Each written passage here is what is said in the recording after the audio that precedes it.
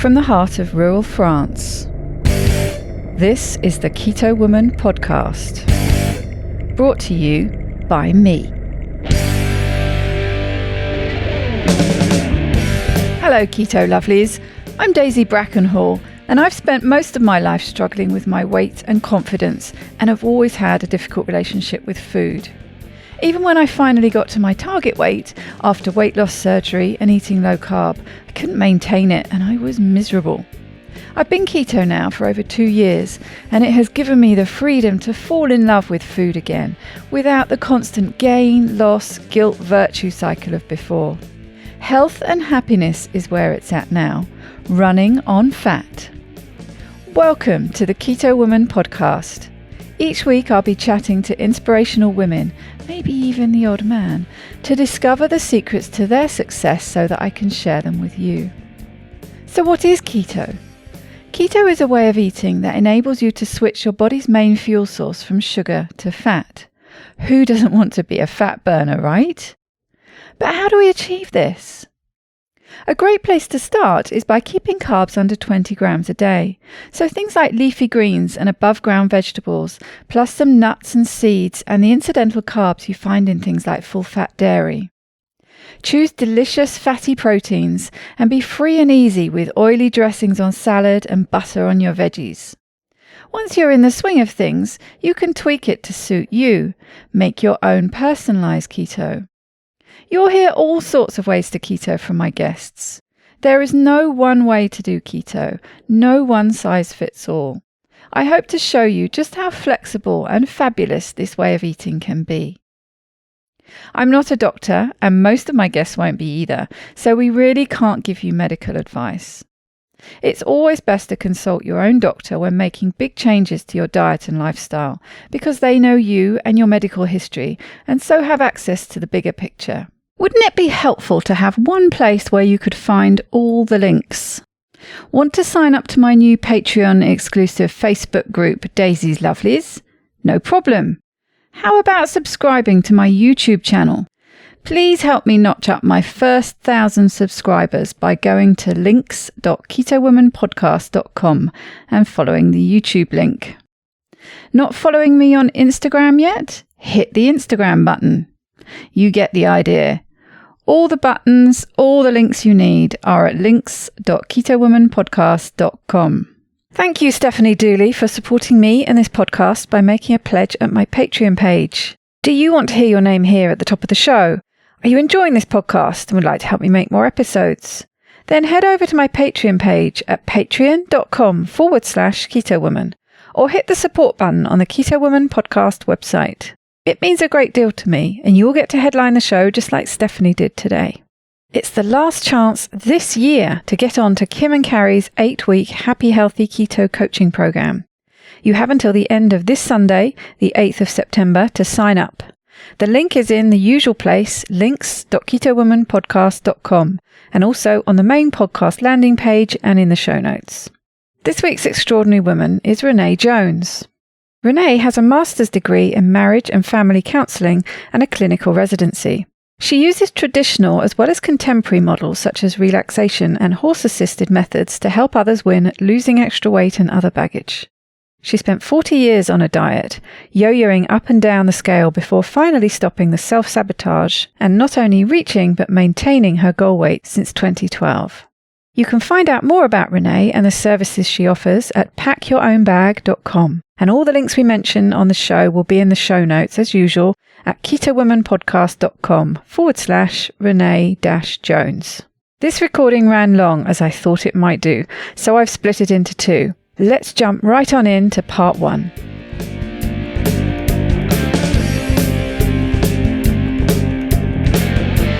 Welcome, Renée, to the Keto Woman podcast. How are you doing today? I'm doing well, thank you. Thank you for having me. Well, you're very welcome. It's nice to see you again. We saw each other at Keto Fest. Yes, lovely to actually see back and forth. I know, it's nice. It makes it extra special, I think, when you've met in person and when you see someone. It's like seeing them again almost. You have that memory of them being literally in front of you. Indeed. Yeah, it's terrific. Terrific to get to hug people. Yes, I'm a big hugger. Did you enjoy Keto Fest? Yeah, I did. I mean, it was quite hot, but it was, very hot. We're accustomed to that in Texas. It was a little unexpected there, but yeah, the festival was fantastic. Yeah, it was good fun, wasn't it? But like you say, hot. Sunday was not quite so hot, and that was great. But Saturday, yeah, I think I sweated out all my electrolytes. That's true. I ended up flipping burgers, actually. Well, flipping burger buns. I was walking around the plaza seeing how everyone was doing. And Julie from Foxhill Bagels was desperately trying to get all her buns flipped. Yeah. And was stressing out because she needed help. So I put my apron on and helped her. But you can imagine in the full sun, in the heat that we had, standing in front of the grill. The sun was coming straight down on you. There wasn't a cover, and you were over that grill. And I thought, good grief, they're all going to die.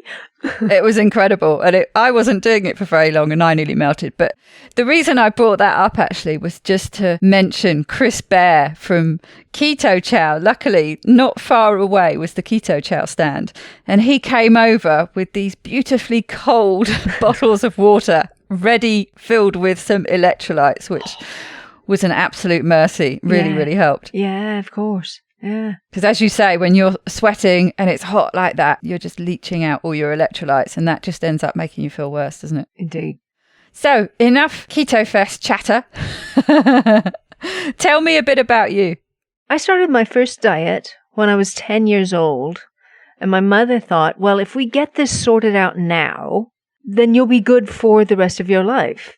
And unfortunately, she had been sort of dieting all of her life as well and wasn't very good at it either. So that started the diet yo-yo for us, for me in particular. And we'd get close to our goal, and then something would happen and we'd go off somewhere else. And it just was 40 years of the diet yo-yo for me. But in 2012, I was staring down my 50th birthday, and I thought, okay, I'm about to turn 50. Things change for women. And if I don't lose it now, it's never going to happen. So I thought, right, we've got to get this sorted out now. And, I started New Year's Day, and I did pretty well for a couple of weeks and then fell off. Another couple of weeks and fell off. And by April, I actually needed a bigger size. So I was going right the opposite direction. Well, that's what happens, isn't it? That's the problem. It's one of the is. known things about, well, I suppose any kind of diet, actually. You could include keto in that. If you do any kind of diet where you lose weight and then you go back to your old habits, you not only regain the weight you've lost, but a little bit more. You gain more. As a nice little bonus. Yeah. So I decided to do some research, and I recognized that my major issue was because I ate for emotional reasons. If I was stressed or upset, I would just go straight to the refrigerator. So I thought, okay, we have to sort this out. I've got to get a handle on that. So I did, and I started losing weight, and I actually reached my goal weight the week before my 50th birthday. And I've been there ever since. So it's now coming up to 7 years of staying right here where I am at around, somewhere between 115 and 119 pounds. So I'm only 5'3", so, there's only so much this little body can carry. And I know in the notes you sent me talking about it, that you actually, that first chunk of weight you lost when you first hit your goal weight, that was nothing to do with keto, am I right? No, it was low fat, low calorie, deprivation, starvation kind of diet. Yeah. Not much fun then. Oh, it was awful. But I thought, okay, if this is what I have to do to get there, this is what I have to do.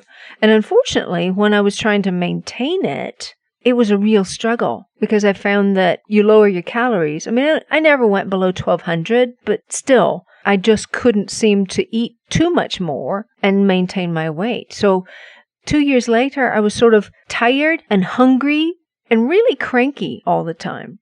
And I thought, okay, there's something wrong with this picture. I've got to do something different. So I got back on the internet and was doing some more research, and I found a metabolic test. And when I got the results of it, it said, you need more fat in your diet. And I thought, fat? Fat? We're not supposed to have fat? So I went through that initial thing. But what I found interesting was that they gave me a diet. It was low carb. It was pretty much keto throughout the day, but in the evening you got some grain, but not a lot of it, right? Just a small portion. And I was having butter and cheese sauce and thinking, I'm going to gain weight. But I lost 2 pounds that week and I was already at my goal weight. So I thought, this is not supposed to happen. This is weird. I was sort of skating around things and still having some sugar here and there and all of that. And in the new year, I guess that was 2015, I started finding stuff on keto. And I thought, okay, this sounds weird.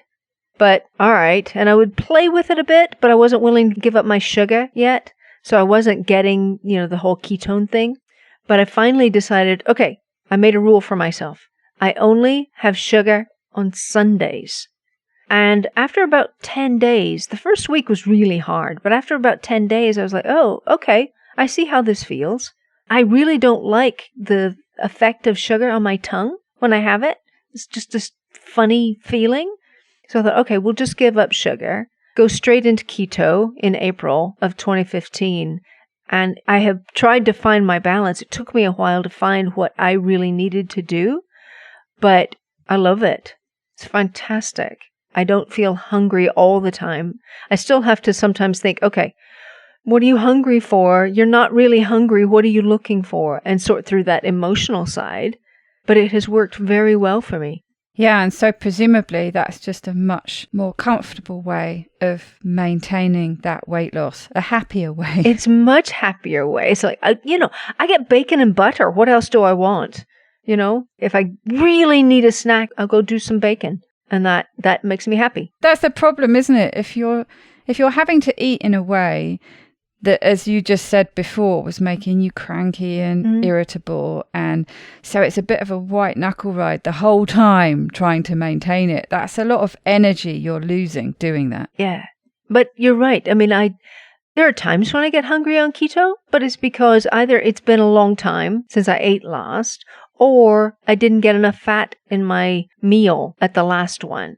And that I'm beginning to recognize, particularly if I'm like at a conference or something and they serve a meal, I have to make sure I get the fat or I'll get hungry. Yeah, that's interesting, isn't it? Finding out what for you are the things that really keeps you satisfied. And I see a lot of people playing around, particularly with the protein and fat ratio. It seems for some people adding more protein is the trick and the fat makes no difference. Obviously I'm not talking about them eating low fat, but that doesn't make the difference. Whereas other people, if they up the protein too much, it actually makes them hungry. And it's all about just figuring out what that perfect balance is for you. What works for your body. It's really important. And so you'd already approached this whole massive area that affects so many of us, of the emotional side of eating before you even started keto. So you kind of had a handle on that. Well, had more than kind of had a handle on it. You had a handle on it going into keto. But a lot of people, and I'm one of them, it's still something that I very much struggle with, go into keto and they see so many people saying, I'm not hungry anymore. I eat till I'm full and then I stop. I don't have cravings. Everything's fine and rosy and dandy and I'm losing weight and everything's golden. And it seems to work that way for some people. It often seems to be men. And I'll ask you about that. If there is any kind of difference in experience between the genders, shall we say. But I think for a lot of us, it's this bit that's missing in the picture and that I think maybe this is a predominantly female thing as well. Think it's something that we're doing wrong, that we're failing because keto isn't working as well for us as it is for other people. So it must be something that we've done wrong. And then we start beating ourselves up. And obviously that's going to just fuel back into the whole problem with emotional eating. So perhaps you could just give us some guidelines. I know this is what you do. So we'll go into all of that. How did you start doing this? Is this something that you've always done? Is this something that you started doing via your own experience? I've thrown a lot of questions at you there. So you just start where you want to. The counselor and coach in me says, no, you're not doing something wrong. Lose that thought because that's not going to help you at all. The problem is that from birth, when a baby cries, Daisy, what do? We usually put something in their mouths, whether it's the bottle or a breast or the pacifier. To get them to stop crying, we put something in their mouths. And it works. So very much it is how we are trained, how we are wired.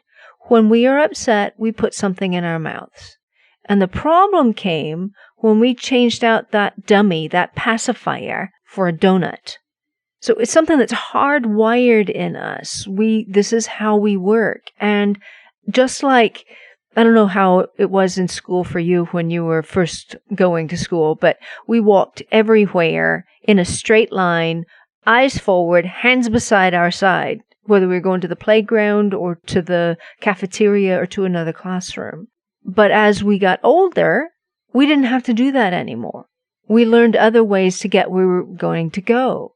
So it was what we were taught as children, and as adults we have to learn, okay, I'm upset, I want some soothing.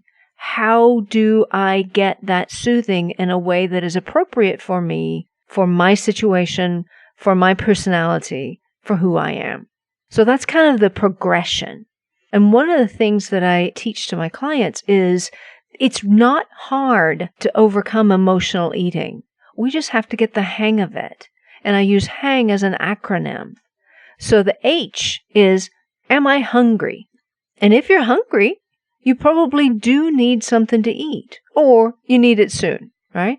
So if you're not hungry, then go to the A. What is your attraction to food right now?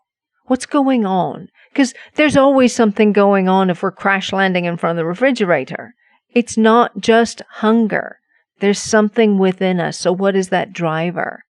And then the N, what do you need? Other than food, what would soothe you right now? What would help you? What would make you feel a little better? And then the G is go. Go get that. Because that will soothe you more than any food ever could. And it's a process. You've been doing it the other way for a long time, so give yourself some grace to work your way into it. Because once you get the hang of it, then it's like, oh, okay, what do I need? I need some time with my dog, or I need a hug, or I need some help with this project. And then you can get that, and it's much more soothing. Does that make sense? It absolutely does. I'm just trying to figure out, and presumably it's a question to a certain extent of simply practice and some kind of discipline in kind of forcing yourself through those steps of exploration in the first place. Yes. Because it feels to me like, and I know this battle's gone on in my head, and it can be as you're walking to the fridge or as you're walking to whatever contains the item of food you're going for. I've had that conversation in my head as I go there. You're not hungry. Mm-hmm. I know I'm not hungry. I know I'm not going to it for that reason. Mm. But I guess the problem I have is that argument is very limited. It's just you're going there for the wrong reason, don't do it. And the other side is, but I don't care. I'm going anyway. And it's this battle. Yeah. And the I don't care, I'm doing it anyway pretty well always wins. But I'm guessing from what you're saying that's a bit of a negative feedback loop in a way. What you need to do is harness that critical voice and turn it into a different practice. Yes. Well, and if you can, you obviously recognize, okay, I'm going to do it anyway. And sometimes that is a choice. You get to make that choice. You're an adult. You get to choose that. And then you can deal with the consequences later. I often reckon it to paying taxes. We do that because the consequences are great if we don't. So you have to make a choice there. What will be the consequences for me? Well, I won't get to my goal weight, or I will gain. And you know what? That's okay. If that's where you are today, that's where you are today. Tomorrow you may be in a different place. And it is the perpetual making different choices that get you turned in the direction that you say you want to go. Now, if you don't want to go there, don't go there. But don't beat yourself up for it. because that's not what you actually want. And I think learning to choose what you actually want in any situation begins to lessen the hold that has on you. Because it is such a mental process in the end. And it's healing some of those wounds that you may not even realize right now. And that's how people end up with me for long periods of time, is because we're trying to figure out, okay, what exactly is going on? And why are you bucking against that? There's something deeper there. Because in the end, it all comes down to, what is the driver of this behavior? And once you figure that out, then you can change the driver. But it is a process. And beating yourself up only sends you to needing more soothing, right? And then you get into that perpetual cycle of beat myself up. I need soothing, so I eat. And then I beat myself up for that. And it just keeps going. Mm. And how's the best way to try and start breaking out of that then? It is a choice in the end. It is, okay, what do I actually want?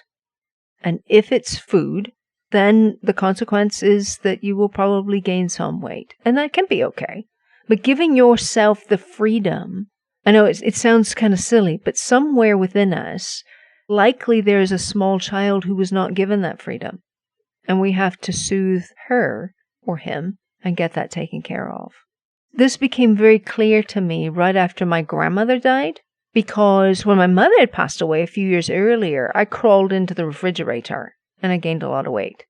And when my grandmother passed away, and we were tight. Oh, my Nan and I were really, really close.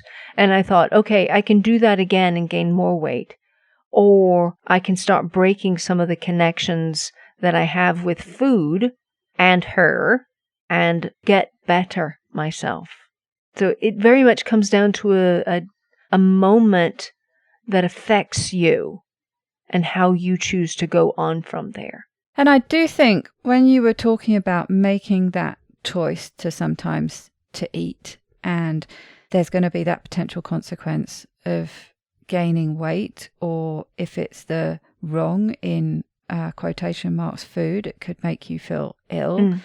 I do think, well, I found myself anyway, that keto gives me some kind of freedom in that is much more limited. Yes. With high carb food, it's like, I mean, I literally go completely off the rails. You know, the train goes completely off the rails. Yes. And it goes absolutely crazy. And I can gain weight like you wouldn't believe in a really short period of time. I would believe.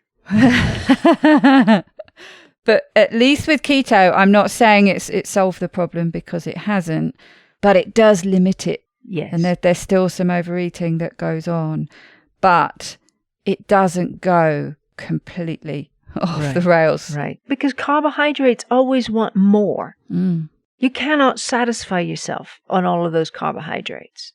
You just can't. They don't fill that need in the same way.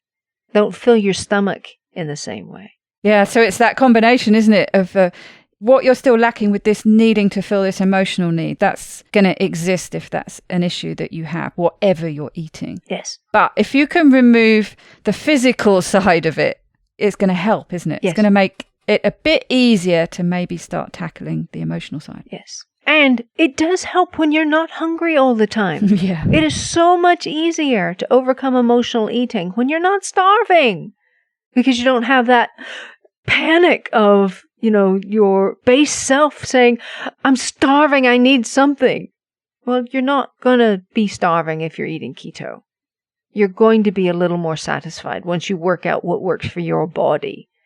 But you also, as you say, if you eat something off plan, then it kind of makes it worse. Yeah, and it can really start a binge type cycle. I mean, I see so many people. It's when you talk about the whole, and I think this would be an interesting thing to talk about, the whole question about a cheat day or some kind of planned, off-plan eating. Mm. And people, as much as the plans they make, it's just going to be for one meal or one day or one holiday. The risk is, and for some people it does work like that. Mm. I'm just going to do this while I'm on holiday, for example. And when I come back, everything goes back to normal. And there is some kind of logic in that. And I've found for certain things that works for me. I actually do that with chips or French fries, as Americans call them. Yeah. I will not make them at home. I never make them at home. I don't allow them through the door. But if I'm out somewhere at a restaurant, I don't go out that often, so it's not actually something that arises very often. If they look like they're good, I won't bother if they're not good chips. Absolutely. Then I will have them. And that for me works. But for other things, interestingly, crisps or chips, this whole translation with food thing I find fascinating. It's amazing, yes. But that doesn't work. If I have those, even if it's out of the home, that will lead to a cycle that ends up with me buying them and bringing them into my home. And before I know it, it's every day. Yeah. So it's interestingly, I think that some people can do that, putting it in a certain box and managing it that way. Some people can do it with certain foods, but a lot of times it ends up just starting this cycle that one day, 1 week's holiday turns into, before you know it, weeks, months, years even. And I think if you think about that in terms of other places where you are disciplined, then it might give you the tools to apply that same discipline to this, unless you choose not to. And that's fair enough. I went to a wedding in April and there was literally nothing that did not have some kind of sugary coating to it. And I thought, okay, I can either be really rude to the hosts and not eat at all, or I can say, all right, it's one evening, it'll be fine. So I went with that, not so as not to be rude. I didn't eat a lot, but I tried to enjoy every bite of it. And I think that's one of the things that's key. If you're going to have something, try to enjoy it, because you're going to pay for it later, right? And 2 days later, I snapped at my dear sweet husband and I said, oh gosh, it's the sugar talking. And he was like, okay. And I recognize that when I have the sugars or carbohydrates in excess, well, in sugar, anything is excess, right? It does affect me emotionally. That blood sugar high and low makes me ratty. Hence the reason I try to stay away from it. But I tried to enjoy every bite, and I have to say, it was all very good. So I enjoyed it, and then had to deal with the consequences of my day of not feeling my best, because I was just, everything was irritating that day. It is just not worth it to me to do that in another setting. Unless I'm being rude to somebody, then it's like, okay, I don't want that awful feeling of being that ratty.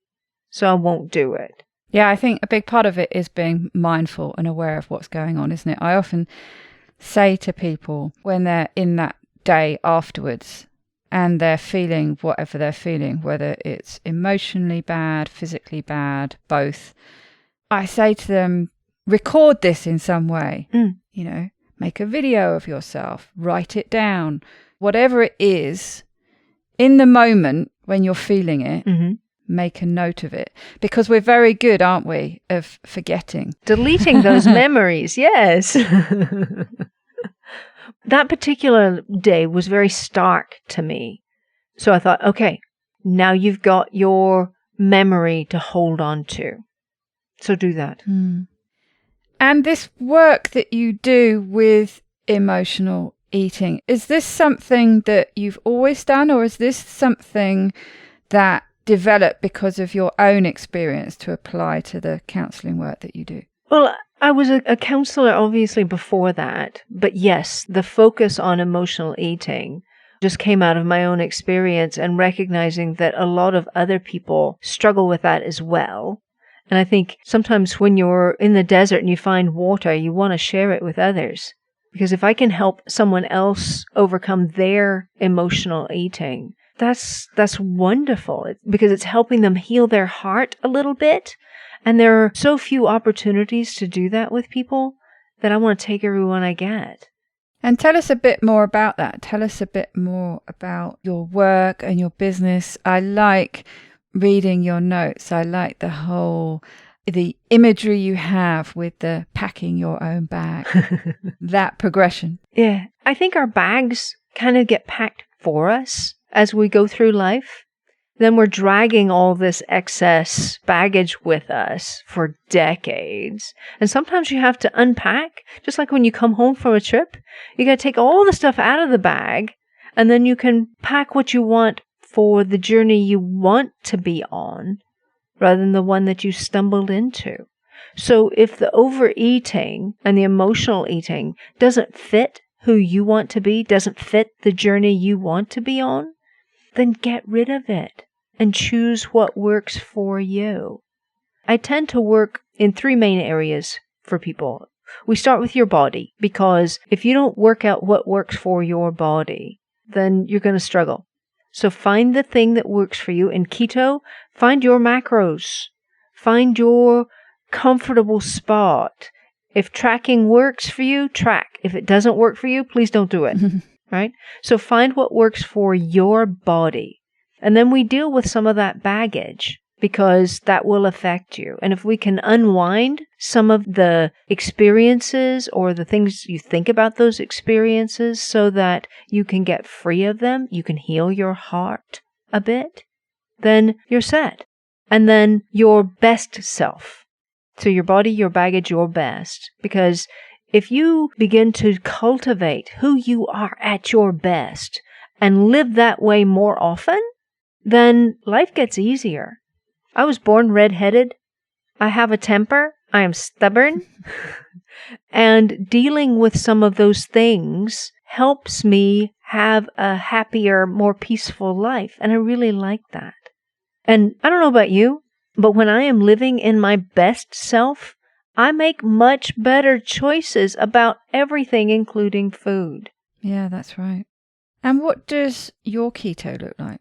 Right now, in August, it's August, I've been doing carnivore mostly. So it's sort of 90% meat and fat animal products. And I like seasoning. I like cocoa and I like tea. Those are my plants. So I've been pretty carnivore. I think we have vegetables on Sundays at the moment.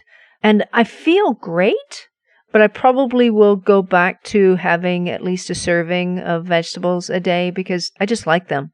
I tend to do a fatty tea at breakfast with some collagen in it.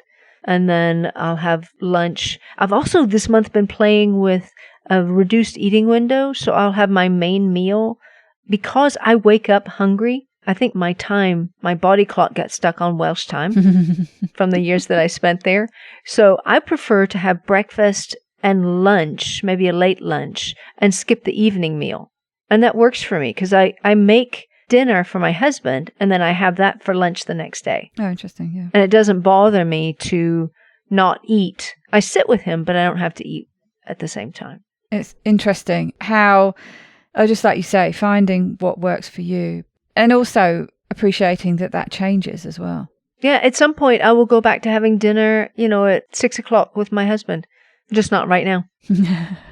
I'm really interested with how people do on carnivore because I was expecting to find that it suited me really well because I, like you, was finding that I was eating a lot of the time that way anyway.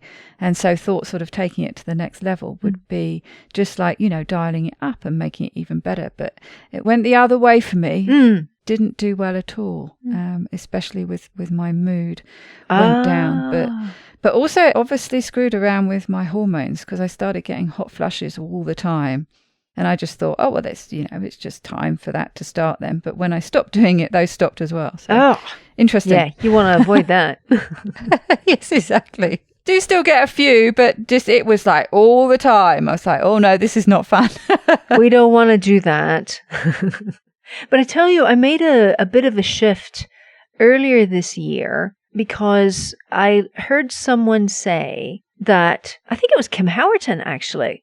She said, we were trained by Weight Watchers that fruit and vegetables are free. So when we come to keto, we know that fruit must be monitored, but we take all of those vegetables into keto and wonder why we're not getting the results that we want. And I thought, Yeah, because I was the queen of the eggs Florentine for breakfast, right? I'd have some vegetables with every meal, and it made a difference when I cut those back. Because they're carbohydrates too. They may be good carbs, but they're still carbs. And again, dialing in what works for your body. Yeah, that's right. I absolutely agree with that. But I think it was Dr. Nally who was talking about it on the Two Keto Dudes podcast with Carrie, particularly talking about how she tried carnivore as well and didn't do too well on it and does better with some vegetables. And he was saying, yes, that this, and having a small amount, he wasn't talking about having, massive platefuls of salad, but he was talking about, having some greens every, even just a small salad every couple of days could make a big, big difference. Yeah. But not having masses, like you say, having too many can be problematic for people too. Mm-hmm. So it's always about finding that balance, isn't it? Yeah. For you. Yeah. Because your chemistry is different to my chemistry. And just because somebody else can have all the keto treats and the nut flours and all the rest of it, it's not a contest of she gets to have that and I don't get to have that. That's just not the way we need to think about this, because what you're working on is what works best for you. And I think that's partly what's enjoyable about keto, and certainly what I see for so many people is that they find it really empowering because they start feeling like they're getting some control back and starting to make better choices and seeing how their body reacts. And finding that they're starting to get some control back over their health that they felt that they might have lost or was forever gone. They've just accepted the fact that they're on some kind of progressive disorder journey, and there's nothing they can do about it. And all of a sudden, they start to feel good. Yeah, absolutely. Because I know it made such a huge difference for me because I was no longer hungry all the time. I wasn't tired all the time, and I certainly wasn't cranky. So it made such a huge difference for me. I can't imagine ever going back to eating the standard American diet. But what's interesting to me is my grandmother, back in the 70s, I guess when we first started, said, Renee, all you have to do is cut your sugars and starches and you'll be fine. So she knew. She couldn't do it for herself, but she knew. It's just been refreshing to come back to that and think, oh, yeah, I remember when the low-fat thing came out and I was thinking, that doesn't look good. But we tried it, right? That's what they told us to do. Well, and it wasn't overwhelming. That's what they told us to do. Backed up with the government health guidelines pretty well around the world. Not absolutely everywhere, but, certainly in the States, certainly in Britain and the EU. It's just this, fat is bad. You need to reduce your fat right down, especially saturated fat, because that's the worst thing of all. You've got to eat your 5 a day. You've got to stay away from too much red meat is bad for you. But these things have been drilled into us for so long. I think a lot of us, even though we know that fat is fine, even though we know it feels good, we still sometimes feel guilty when we're eating it. There's just that automatic response because it's been drummed in for so long. There is that, gee, I hope this doesn't come back to bite me in about 10 years. Yeah. But at the same time, I feel so good. And the lack of hunger is just wonderful because I was hungry all the time. It worked. I lost weight, but I was not happy on that. And I think food is too big a part of our lives for us not to be happy with what we're eating. Yeah, and who wants to live in a constant world of deprivation? Well, one of the things I tell clients when they are like, okay, I've got to have this. This has to be a part of my life. I say, okay, that's fine. Work around it. And if you're going to have something, like if you're going to have your crisps, here's what you do. You set it aside till you've got time. And then you put it on a plate. And you use the appropriate utensils. You sit down, you lay a placemat, lay your table, make it pretty, sit down and enjoy every bite of whatever it is you're eating. And if you can do that, have it without any guilt whatsoever. Just enjoy that food. Squeeze every bit of flavor out of every bite, because then it will be much more satisfying to you. And you don't have that wraparound guilt thing going on because you're an adult. You're allowing yourself to have this particular thing on this particular day. The problem is we tend to either eat at the sink or pull up a chair to the refrigerator or watch in front of the television. I had this one client, a fella who had ice cream every night. And I said, that's fine. Just work it into your plan and sit at the table. Well, no, I want to eat it in front of the TV. I said, are you bored? Are you focusing on the food? Because if you want this food so badly, then actually enjoy it. Focus on it. Get all of the sensory experience out of that. If you're watching TV, you're not enjoying the food. So just make your choice. What do you want? The TV or the food? And if you're bored watching TV, why are you watching TV?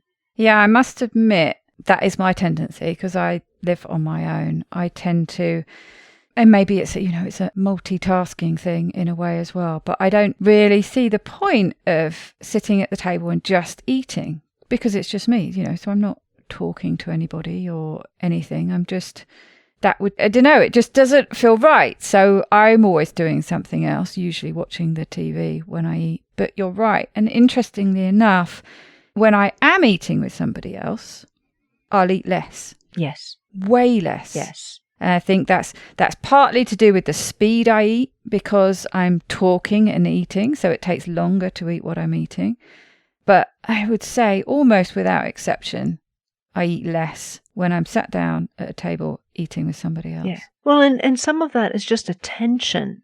I remember years ago, Oprah had gone to France and she bought 2 croissants.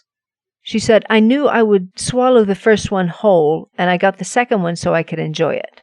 And I thought, okay, yes, we do that. We do that. We get through something, and then it's almost like we haven't had it because we ate it so fast or because we weren't paying attention to it.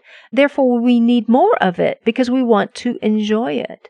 Well, if you just enjoy it the first time, if you allow yourself to have that time when you're eating as focusing on the food, your eyes on the food that you're eating, gratitude for whatever was sacrificed for you, get the sense of it, the smells of it, listen to your knife and fork cutting, just get all of that sensory experience. It doesn't have to take long, but when you're eating, eat, enjoy the food. And it's likely that you won't eat as much because you're getting all of the sensory experience in that one occasion. It made me chuckle to myself then. Well, not chuckle, shiver is probably a more appropriate word when you were talking about what Oprah said, because that's exactly how I feel when I'm eating those kinds of foods. It's actually a sense of panic. If there isn't much of it, if it's a very small amount, just taking the thought of eating it, if there isn't a large enough stock of what it is, I'm panicked about that because I know that I'm going to run out. Yeah. And just as you were talking, it made me think, yeah, absolutely. You're throwing away a certain amount of that, just sort of trying to fill that need before you even really start tasting it. Yeah. So you're having to plan for so much more than you actually need because you're not actually the need in quotation marks that you're trying to satisfy is not actually that food that you're putting in your mouth. So the question is, what is that need? Yeah. And that'll be different for everyone. But what is it that says to you? And I've seen the futility of that. I've told this a story before. Haagen-Dazs ice cream was always the thing that I used to really love. And I can remember it's in the summer. Supermarkets aren't usually open here on a Sunday, but in the summer they tend to be because the tourists are here. And I raced to the supermarket to get there before it closed at midday. Just about got there in time and got a load of Haagen-Dazs. And I came back and was sitting eating this. And I didn't really want it. I knew I didn't want it. It was at a time, I think, where I was on, I think, probably the low carb part of my journey. It was certainly way before keto. And it might have even been actually way before, where I was just in the normal yo-yo dieting of things and on an off period, but just eating this, working my way through these tubs, and it was multiple tubs of Haagen-Dazs ice cream, and certainly wasn't enjoying it. I had tears streaming down my face. I was desperately miserable. Yet I was shoveling this stuff into my mouth, trying this futile attempt, I guess, of trying to soothe whatever the problem was. Yeah. And if you can find what you were trying to soothe and unwind that, then it's much more likely that the food will lose its importance to you.